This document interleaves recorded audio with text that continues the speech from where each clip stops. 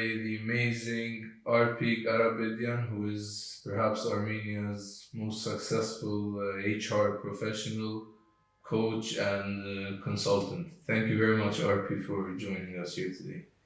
Thank you very much for invitation. I really enjoy the way to your office, and I have full of energy and Very glad positive vibes to have this conversation with you. Sure. So let's start with a brief background about yourself, where you were born. Perhaps you could tell us what you studied and just personal background. Personal background, like it's long life story. I was born in Yerevan, and actually I'm native because I'm fourth generation of Yerevanci. Where are your roots from? My roots are from Yerevan. That's it. Of course, I mean there's a mixture of Trapezum and Erzurum and Mush because I have father and mother. But from mother's side, I'm like native Yerevan. Yerevanci, we call it. I was born in Cascade, just in the heart of Yerevan. I grew up there. I have friends from there. I have community that I'm in very tight relations. And now I live there too with my family in other apartment for sure, because like when you make family, you move usually. I really am very much attached to Armenia, and though that I had a lot of opportunities to leave the country, I never did it because I really feel that I will lose my essence and I will lose my self-identity if I leave the country. So I'm very attached to the country, I'm very attached to Yerevan and to the people, because when you speak about motherland, it's mostly about people and the streets and the corners that you really feel that are yours. So everything is mine. I enjoy it. And if we speak about my background, if we speak who I am, in one sentence, I would say I'm like a person, maybe simply a person that enjoys the life. But in general, my background is coming from psychology. My degree is like psychological. And then I've done a lot of certifications, and my PhD is in social science and from human resource background. I've done a lot of international certifications. You know, this lifelong learning is something about me and about a real values that I have. I am HR. I am HR consultant and HR professional. I'm a trainer. I'm a public speaker, and I'm executive coach and career trainer. That's it.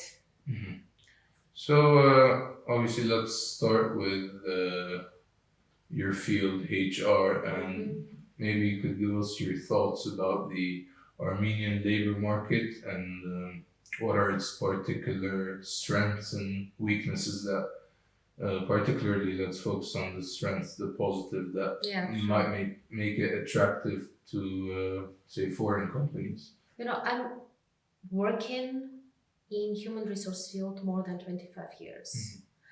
And there is one important thing that I should say about Armenians, because I can compare, because I have done a lot of international projects too, and I can compare what we have.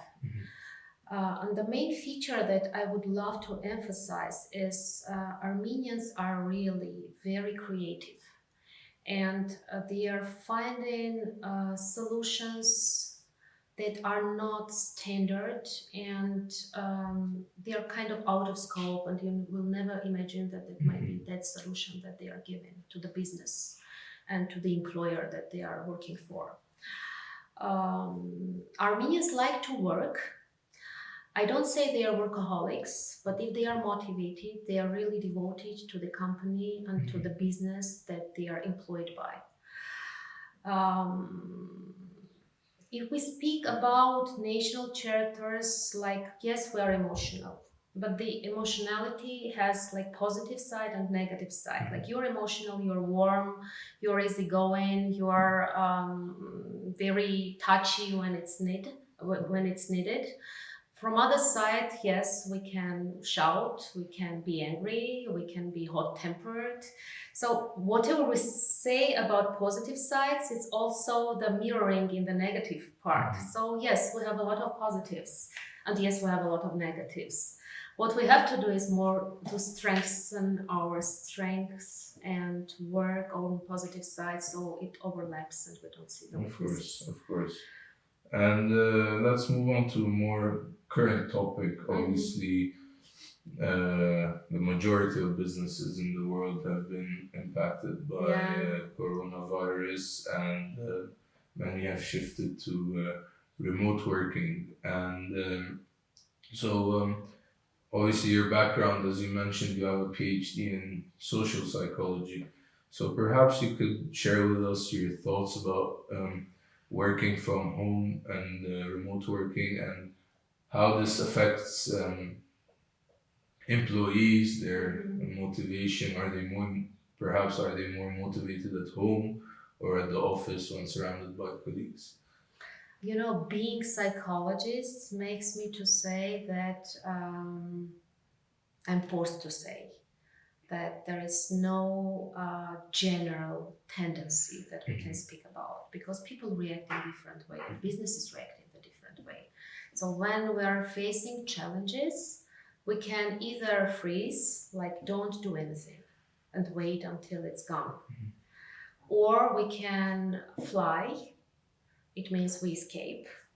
And if we look to organizations, those organizations are reducing the staff, reducing the budget, optimizing the business processes, like cutting everything that they can cut. So it's kind of escape. Uh, when we speak about freezing, it's you don't do anything. You just wait because you think that the normal life will come back, but we have to understand that there will not be the same normal that we had in December. It will be new normal that we have to adopt and understand what to anticipate in the nearest future or not nearest, because we really can't predict when this will be over. And the third reaction is the fight, which means that you can see really in Armenian companies that are doing everything to use the challenge to fly, to jump and to do more things that they did before. And those companies are doing remote, those companies are working on motivation, they are spending money on recruitment. You can see it from announcements on the job posts. And they are coming up with new products, they are promoting themselves, and for sure all three reactions, they have their minuses and pluses. Either you will win or you will lose. All depends on character, because people are reacting in the same way. If we speak about remote work, some people freeze, some people fly, some people fight. Sure. I fight. We have to adapt to the changes. Yeah. Sure. So your current recent entrepreneurial activity, of which you're the founder of Cascade People&Business. Right. So, and it has obviously it's a highly successful company in Armenia, very well known. So perhaps you could tell us more about the company and its functions and its mission. Yeah, sure. Do you know the story how we founded the company? I'll share. That's why I asked. I worked for more than 10 years for different big, companies as an HR director. And one day I woke up in the morning and I said to myself that I don't want to work to anyone anymore. So I want to have my own road in the life and create and work with those people that I really want. And don't go into this manipulation, don't go into the orders of the boss. Even if he's the best boss, he's still a boss. I don't want to have a boss. That was the idea. So in 2008, we founded the company. We called it Cascade Consultants. Then we rebranded it into Cascade People and Business after several years. And I am proud to say that Cascade People and Business is pioneer in HR consultancy in Armenia, because we're the first company that opened and gave these HR solutions to businesses and to people. And I do remember the times when I was explaining what is the difference between human resource management and PR. So those times people didn't know that differences. Now it is like well-known profession, and I think there is some participation of my modest personality in this process, because we founded Armenian HR Association, and we promoted the profession as much as it possible. Cascade People and Business is all about people. We do everything in human resources, and we don't do anything out from human resources. We work with B2C and we work with B2B. When we work with businesses, we do reorganizations, we put motivational structures, we work with their teams, we develop their communication, we put all these papers that should be in the place, like job descriptions, contracts, the right policies, the right HR procedures, etc., etc. And also we do executive recruitment. We don't go below that, because we really feel that this is the niche where we can really add the value and give the most positive changes that we can to the businesses. If we speak about B2C, we do a lot of trainings. We are representative of different international companies like Society of Human Resource Management Institute that is coming from USA. And we do certifications in human resource field. We have our own programs in trainings. And we do a lot of career coaching for people that really don't know where they want to go in this life. And the motto of our company is that we bring change, and we speak about positive change for sure. Right. So that's great to hear. Very interesting company, but that's not the end of your activities. You're obviously involved in a lot more, as you mentioned, the Armenian HR Association, and you're also involved in Zoomin and the regional HR conference. Right. Perhaps you could tell us a bit more about those side activities as well. I think it more comes from my personality, because I like the diversity of activities. I can't focus on one thing. I'm not saying I'm not focused, but I really need this enrichment of my activities to feel that I'm satisfied with whatever I do. Armenian HR Association, yes, we are the founder. Cascade People and Business is the founder of the association. We started with 5 people in 2009, and now we have around 80 members and more than 230 around the circle that are always like taking care and seeing what we are doing and participating in our events. The main idea was to create a platform where HR people can talk to each other, because we didn't have the education in Armenia, and everyone was coming from some company that his university, his or her university, was his own company. So different HR practices to bring to one platform and share and care and develop and help each other. I would say that it's not my feedback, but it's feedback that is coming from all around, that our association is one of the most successful associations in Armenia, just because people, we really managed to create this atmosphere where people, aside of professional ties, they are also making personal ties, and there is a friendship, and there is a warmth, and there is a helping attitude, which is so important for human resource professional. Our regional HR conferences, we launched the program 8 years ago. And we say we don't want to limit ourselves with Armenia only, because if we want to develop, we have to bring other countries and see what the other countries are doing. We started with 5 countries involved, and this year in August we're doing unfortunately it online because I will not risk and go to offline. I'm a human resource person. I have to take care of people to be healthy and safe. So we're doing it online in August. It will be the 9th, and we expect around 40 countries to participate and big HR company representatives to come and have, and the main topic is, by the way, the new normal, the word that I used at the beginning of our interview. We will speak about new normal in human resources because the profession is like tremendously changing. So maybe you could tell us more about Sure. that new normal you're talking New about, normal. how it's going to change, from how. You mean from HR perspective? The profession is changing. I'm sure a lot of companies will be Yeah. watching this, and your advice and feedback. If will we be greatly speak about appreciated. human resources, I can say like I can analyze the what's going on in Armenia because I'm like actively involved in these developments, and I work. I have worked more than with 500 companies during these 10 years, so I can get the temperature and understand what's going on. At the same time, I'm part of a big network of international HR communities, so I speak on daily basis and get feedback from them too. So if we speak about the tendencies, the first tendency in our profession is HR is becoming more and more PR.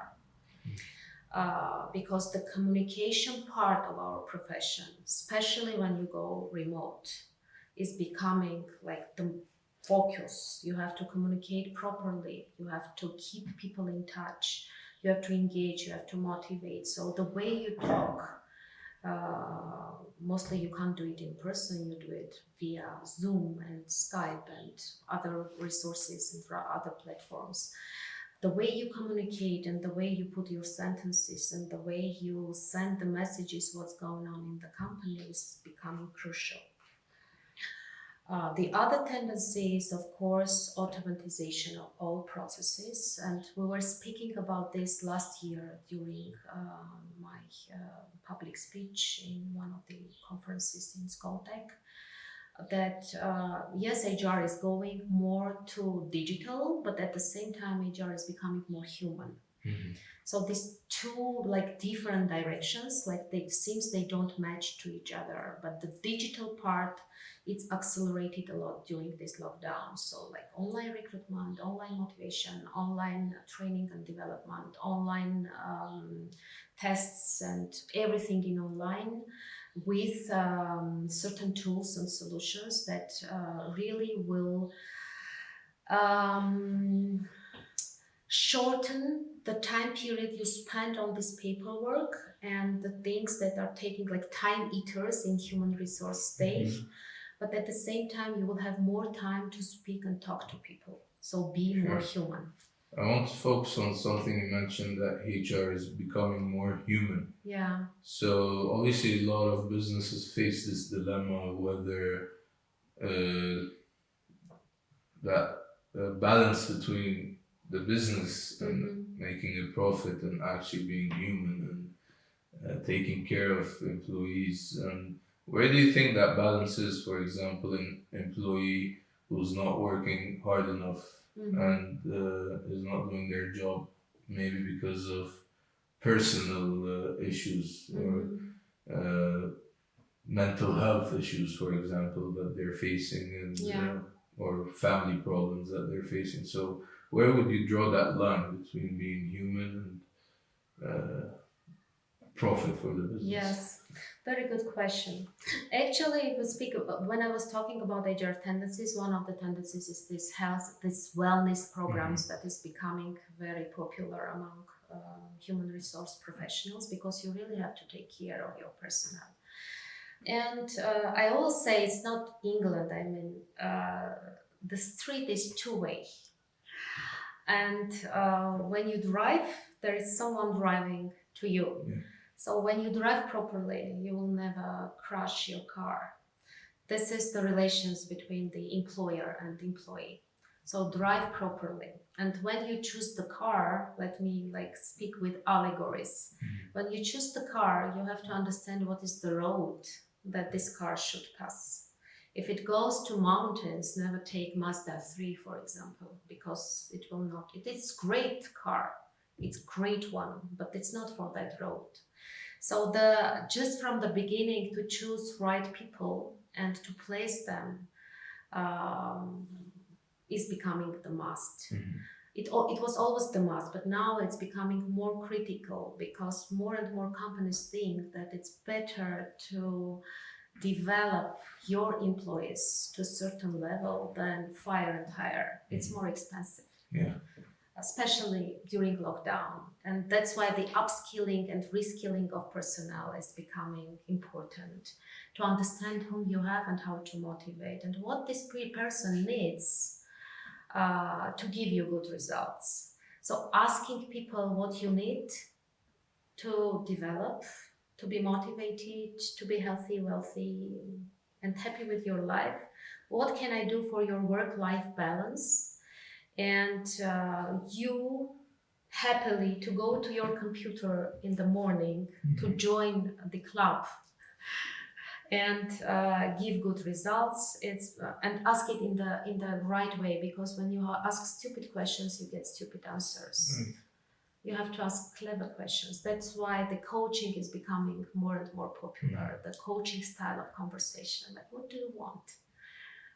So, speaking of coaching, a very renowned university professor in Armenia, and you teach many different students. So, as an not just HR professional, but also an education professional, uh, how do you see the development of the educational sector in Armenia, especially with recent very top-ranked universities operating in the country? So, do you see that the Armenian educational sector is developing and moving towards like an international level? Good question. I can talk about around this hours, so where we have limited time, I will try to shorten myself. First of all, I love working with youth. I feel myself young when I work with them, and I really grasp the ideas and the attitude that they have, because this new generation is very, very different, and I really enjoy this interaction. I started lecturing I think from 2004 something, and I really see the difference what it was and what it is now. I really see difference between the universities where I teach, which I will not speak now because it will be not ethical. But I can compare it with foreign universities where I used to have public talks and different experiences, because I was mentoring in different universities, not from Armenia, but like outside. And I can say that our youth should read more, because when I compare, our youth prefer to listen and to pass training. And this differs us from the youth outside of Armenia, because we are more, we're not visuals, I think, as a nationality. We're more like listening and feeling, this type of personalities. For sure, it has been changed, because now when I'm going for lecturing, I can see that the books that I gave at the beginning, they were read. So there is a big development in this. Maybe it's not that deep, but I can say that there is positive changes. About the educational system, there is a lot of problems, and I have talked about these problems in different interviews that I was giving to different mass media and journalists. And the main thing is, for me, is there is a big lack of career orientation starting from the high school. And that's why we launched a Zoom program, which has the goal to give the young generation opportunity just from the beginning to understand what they want in this life. because they are losing 2 years in high school, then they are losing 4 years in bachelor's, then 2 years for master's, and then they graduate and they say what I should do. And this is like 7 years from their life, and the best years when you can develop in the right direction. So the last 3 years, I really devoted all like 60% of my life, professional life, for those programs where you can really help young generation to understand what they want. If they understand what they want, they will choose the right university, they will choose the right education, they will be motivated, they will read, they will communicate, they will go to professional associations, they will do everything. What brings person to be effective in this life as a professional? 90% of that is motivation. If you're not motivated, you will not get anything in this life. Of course, of course. So thank you very much, RP, for joining us here at Faces of Armenia. It was truly our honor and pleasure to have you here today to speak about your wide experiences in the HR and educational and those important sectors. Thank you once again from all of us at Faces of Armenia. Thank you too. It was my pleasure, and I really love your project and wish the all success.